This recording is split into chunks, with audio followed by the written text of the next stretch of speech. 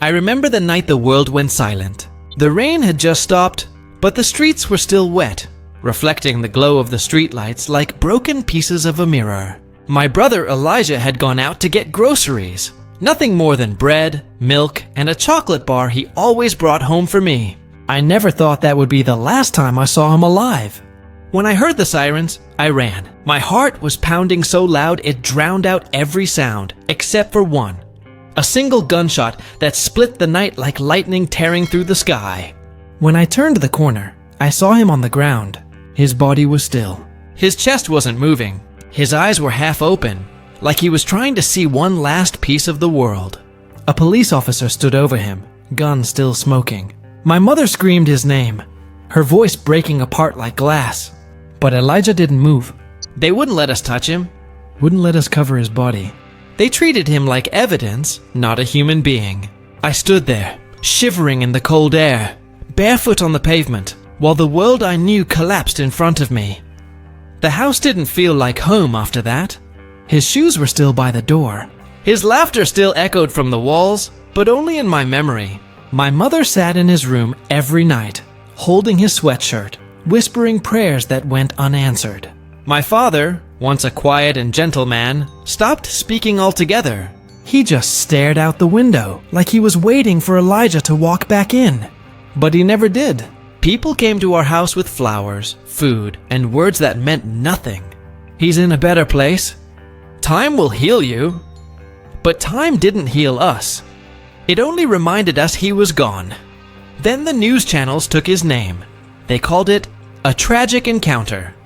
They said he fit the description. They said he should have complied. They turned my brother into a headline before we could even bury him. The comments online were worse. Strangers who never knew him, calling him a criminal, justifying his death. I wanted to scream at them. I wanted to tell them how he used to sing while washing dishes, how he dreamed of opening a music studio for kids who felt unheard. But the world didn't want his story.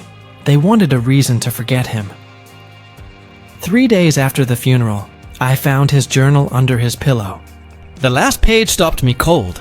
In shaky handwriting, he wrote, "If they take my breath, don't let them take my voice." I held that journal to my chest and cried until the pages were wet with tears. Those words became a fire inside me. I didn't know how. I didn't know when. But I knew I had to speak. Protests began in the city. People holding signs with Elijah's name, chanting for justice. At first, I watched from the window. My mother begged me not to go. "They took my son," she said, clutching my hand. "I can't lose you too."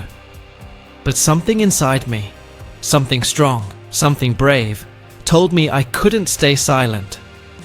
One morning, I walked out the door. My legs were trembling, but I kept moving. I joined the crowd. Someone handed me a sign that read, "They took his breath, not his voice." And there, with tears in my eyes and fire in my chest, I spoke about my brother. My voice cracked, but it didn't break. The crowd fell silent, listening. And then they began to chant his name. But the police came too, rows of officers in black armor, faces hidden behind helmets. They told us to leave. We stood still. They fired tear gas, and smoke filled the streets. My eyes burned. My lungs screamed for air. But I held Elijah's journal tight in my hand and whispered, "I'm still breathing." A stranger pulled me to safety and said, "Don't stop." People are listening. Months later, the trial began. The officer who killed Elijah sat in the courtroom, calm, expressionless. They played the video.